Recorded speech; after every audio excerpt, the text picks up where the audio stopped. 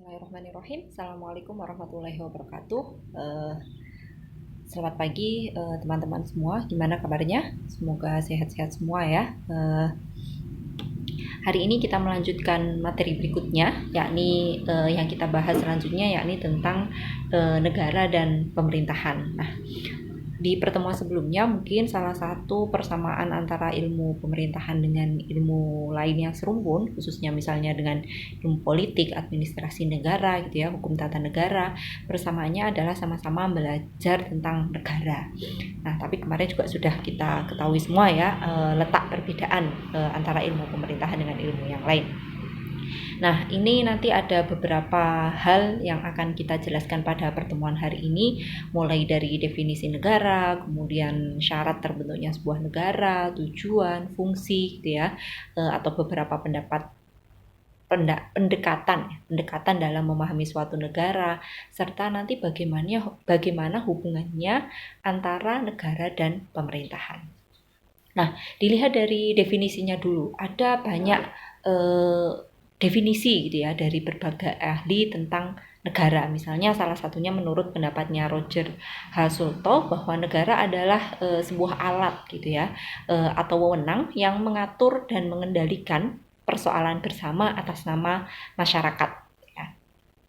Pendapat yang lain misalnya menurut Giddens gitu ya, mendefinisikan negara sebagai sebuah organisasi politik gitu ya, yang pemerintahannya didasarkan pada teritorial ya, yang mampu memobilisasi alat-alat kekerasan untuk mempertahankan sebuah aturan. Nah, itu beberapa definisi gitu ya dari sebuah negara. Nah, kalau teman-teman mungkin sudah baca dari beberapa literaturnya, misalnya ada 4 syarat terbentuknya sebuah negara. Saya pikir ini dari beberapa literatur tidak banyak perbedaannya ya, hampir sama penjelasannya dalam melihat syarat terbentuknya negara. Yang pertama pasti harus ada wilayahnya, gitu ya, teritorialnya. Kemudian yang kedua ada pemerintahannya, yang ketiga ada penduduk, dan yang keempat adanya sebuah kedaulatan atau pengakuan dari negara lain. Kemudian definisi syarat terbentuknya negara, kemudian tujuan terbentuknya sebuah negara itu apa? Misalnya menurut pendapatnya Harold C. Lasky di sini bahwa tujuan sebuah negara itu adalah untuk menciptakan sebuah keadaan di mana rakyatnya dapat mencapai terkabulnya keinginan secara maksimal. Jadi memberikan ruang kepada masyarakat untuk mencapai keinginannya. Kemudian Sulto juga menjelaskan terkait tujuan negara ini juga memungkinkan masyarakatnya untuk berkembang serta menyelenggarakan daya ciptanya sebebas mungkin. Meskipun sebenarnya sebebas mungkin di sini dalam tanda kutip ya, karena dalam sebuah negara itu kan pasti ada aturan-aturannya, ada batasan-batasan yang harus disepakati, baik itu secara tertulis ataupun tidak tertulis. Jadi bukan berarti bebas sebebas-bebasnya gitu ya. Jadi masih ada batasan-batasannya. Tapi intinya menurut Lasky ataupun menurut Sulto di sini sama-sama memberikan ruang kepada masyarakat untuk berkembang, berkreasi atau tadi mencapai keinginannya seperti itu. Oke, lebih lanjut lagi misalnya kemudian kita lanjutkan ke fungsi negara.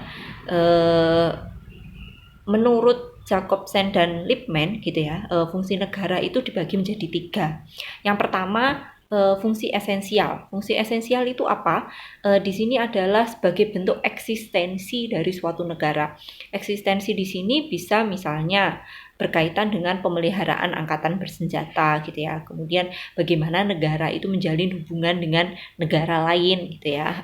Karena itu juga penting, nggak mungkin negara itu tidak berkaitan dengan negara lain.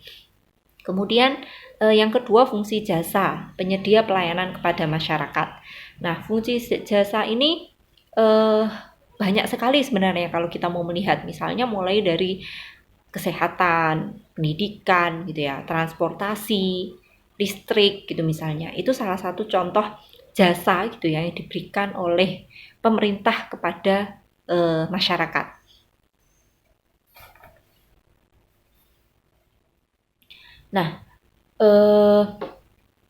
Selanjutnya jasa di sini adalah apa namanya ya?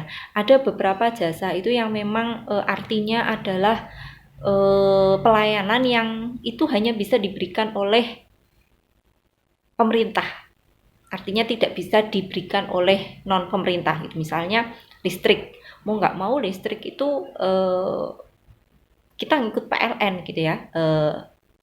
Dan itu sebagai sebuah perusahaan negara misalnya. Atau misalnya pendidikan, banyak pendidikan itu yang negeri gitu ya, di bawah pemerintah. Meskipun selain itu banyak juga yang kemudian jasa ini berkembang. Fungsi yang ketiga yakni fungsi perniagaan, di mana di sini bahwa pemerintah juga dalam memberikan pelayanan kepada masyarakat itu tetap mencari atau mengambil sebuah keuntungan. Jadi bukan memberikan pelayanan secara cuma-cuma gitu ya. Jadi misalnya sebagai contoh fungsi perniagaan yang dilakukan oleh negara ini seperti misalnya kantor pos gitu ya, Telkom, deposito dan lain sebagainya. Nah, itu 3 fungsi negara. Tadi fungsi esensial, penyedia jasa atau fungsi jasa, kemudian yang ketiga fungsi perniagaan. Meskipun ada pendapat yang lain juga terkait fungsi negara ini, misalnya bahwa negara itu juga berfungsi untuk menjaga keamanan, baik itu keamanan ekstern maupun keamanan intern, kemudian juga menjaga keadilan, kesejahteraan umum maupun kebebasan. Itu pendapat yang lain terkait fungsi negara. Kemudian dalam pertemuan ini juga menjelaskan tentang pendekatan dalam memahami sebuah negara, di mana menurut Andre Hewitt gitu ya, dalam bukunya Ilmu Politik itu menjelaskan 4 pendekatan di sini. Ada pendekatan idealis, fungsionalis, organisasional, dan internasional. Nanti kita masing-masing dari penjelasan dari pendekatan ini nanti teman-teman bisa lihat di bukunya Andre Hewitt dan nanti bisa kita diskusikan lebih detail lagi. Kemudian terkait negara dan pemerintahan di sini kita melihat bagaimana hubungan-hubungan pemerintahan ya. Jadi kita melihat hubungan pemerintahan baik secara vertikal maupun secara horizontal.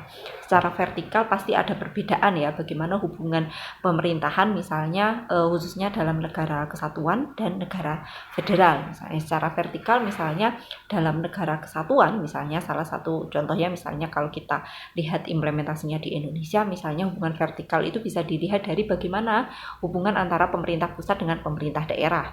Atau kalau di Indonesia misalnya ada pemerintah pusat, daerah itu ada provinsi, kemudian di bawahnya provinsi ada kabupaten kota, dan di bawahnya daerah itu nanti ada pemerintah desa. Nah, hubungan-hubungan ini jelas berbeda. Misalnya kalau misalnya mau kita bandingkan dengan hubungan pemerintahan di negara serikat, karena di negara serikat itu biasanya hanya ada pemerintah federal dan di bawahnya itu pemerintah negara bagian.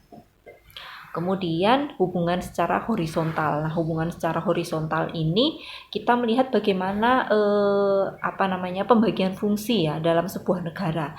Misalnya fungsi pemerintahan, misalnya fungsi antara eksekutif, legislatif dan yudikatif. Nah, pembagian fungsi ini jelas juga berbeda antara negara kesatuan dan negara federal gitu ya. Jadi kalau kita mau melihat implementasinya dari setiap negara, maka kita harus bisa memetakan bagaimana bentuk negaranya itu seperti apa, kemudian sistem pemerintahannya seperti apa, baru kemudian nanti teman-teman akan mengetahui atau bisa melihat bagaimana hubungan-hubungan pemerintahannya, baik itu secara vertikal maupun secara horizontal.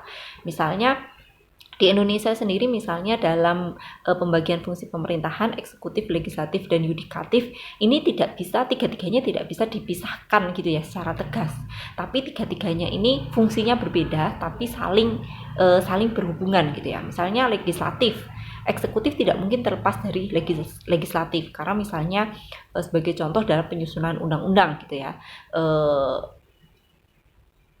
Perlu ada persetujuan gitu ya dari legislatif gitu misalnya. Kemudian setelah persetujuan juga misalnya tetap melalui judicial review gitu ya di lembaga yudikatif. Jadi intinya kalau di Indonesia secara simpelnya gitu ya, hubungan pemerintah secara horizontal sini ada pembagian fungsi tapi tidak membedakan negaranya secara tegas gitu ya, fungsinya yang berbeda, tapi antar 3 lembaga ini saling berkaitan atau bisa juga disebut sebagai adanya mekanisme check and balances. Nah, itu mungkin penjelasan atau apa namanya ya, gambaran singkat terkait materi tentang negara dan pemerintahan. Jadi nanti kita juga akan lebih lanjut melihat gitu ya, bagaimana kemudian implementasi dari tadi kaitan antara negara dan pemerintahan. Khususnya tadi secara kalau kita mau melihat hubungan pemerintahan secara vertikal dan horizontal. Baik, itu yang bisa saya sampaikan hari ini terkait materi negara dan pemerintahan. Lebih lanjut nanti bisa kita diskusikan lagi, dan teman-teman mungkin bisa membaca literatur ya, dari mulai tadi pendekatan dalam memahami negara dan bagaimana kemudian implementasi hubungan pemerintahan gitu ya, baik secara vertikal maupun horizontal. Baik, terima kasih. Saya akhiri. Assalamualaikum warahmatullahi wabarakatuh.